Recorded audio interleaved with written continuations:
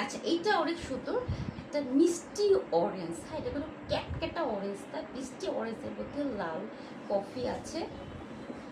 এই হচ্ছে প্যাডেল। হ্যাঁ, এই হচ্ছে প্যাডেল। যার ফ্লাওয়ার পছন্দ সে ফ্লাওয়ার দিবে, যার আপনার কি বলে আপনার সিম্পল পছন্দ তারা এগুলো নিতে পারে। যারা হচ্ছে রেড কালার পছন্দ তারা রেড কালার, যারা লাইট কালার তারা লাইট কালার। ওকে, এই হচ্ছে বালিশি কভারটা, ঠিক এরকম পড়বে বেডের মাঝখানটাতে। হ্যাঁ, দুটো বালিশি কভার সেলাই করা, প্লাস হচ্ছে চাদরের পাড় সেলাই করা আছে। হ্যাঁ, চাদরের পাড় সেলাই করা আছে।